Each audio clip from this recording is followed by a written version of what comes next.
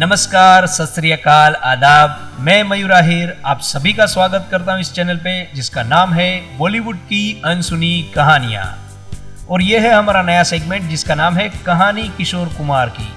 दोस्तों, अक्सर इस बात पे बहस होती है कि किशोर दा ने कौन सा गाना ऊंचे स्वर में गाया है। तो मैं आज आपको वो गाना तो नहीं बताने वाला, लेकिन किशोर दा की ऊंचे स्वर में गाना गाने वाली एक कहानी सुनाऊंगा जिसको सुन के आपको बड़ा ही मजा आ जाएगा।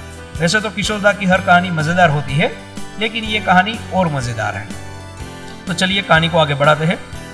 हृदयनाथ मंगेशकर, जो कि एक बड़े ही अच्छे म्यूजिक डायरेक्टर है और बड़ा ही अच्छा म्यूजिक कंपोज करते हैं, उन्होंने एक गाना कंपोज किया था और उनकी दिली ख्वाहिश थी कि किशोर दा इस गाने को गाए।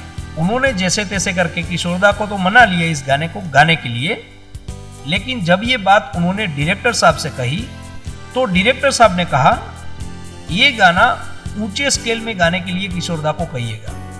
तो मंगेशकर जी बोले कि भाई जो सिचुएशन है गाने की और जिस प्रकार का गाना है उसमें ऊंचे स्वर में जाने की कोई ज़रूरत ही नहीं है। जिस स्वर में ये गाना बनाया गया है, जिस स्केल में ये गाना बनाया गया है, बिल्कुल परफेक्ट है।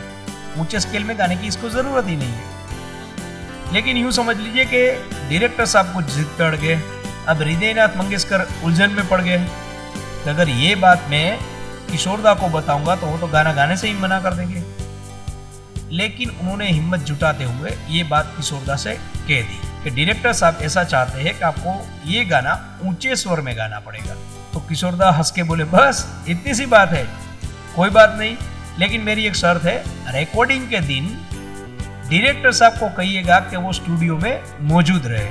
तो जैसा तय हुआ था उस प्रकार डायरेक्टर साहब, हृदयनाथ मंगेशकर और बाकी सारे म्यूजिशियन स्टूडियो में मौजूद थे और किशोर दा का इंतजार कर रहे थे। मंगेशकर जी को ऐसा लगा कि अब किशोर दा नहीं आएंगे, लेकिन किशोर दा आए। आते ही सीधे रिकॉर्डिंग रूम में चले गए। वहां पर पड़ा हुआ एक स्टूल माइक के पास खिसका के लाए और उसके ऊपर चढ़ गए और खड़े होके बोले, डायरेक्टर साहब इतना ऊंचा स्वर चलेगा कि सीढ़ी मंगवा लूं। तो ये सुन के जितने म्यूजिशियन वहाँ पर बैठे थे सारे के सारे हंसने लगे और ये माजरा देख के डायरेक्टर साहब को अपनी गलती का एहसास हो गया और उन्होंने सोचा कि यहाँ से भाग लेने में ही भलाई है। तो उन्होंने कहा देखिए, म्यूजिक आप लोगों का विषय है, आप लोगों को जो ठीक लगे वो स्वर में गाना गाइएगा, लेकिन गाना अच्छा होना चाहिए। इतना कह के वो वहाँ से निकल लिए। तो यही सारी बातें किशोर दा की हमको बहुत प्यारी लगती है।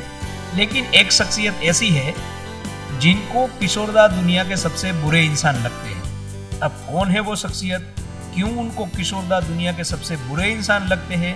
अगर ये कहानी आपको सुननी है तो चैनल को जल्दी से सब्सक्राइब कीजिए और बेल आइकन दबा दीजिए, क्योंकि अगले एपिसोड में मैं आपको यही कहानी सुनाने वाला हूँ। तब तक हमारे साथ जुड़े रहिए। जय हिंद, जय भारत।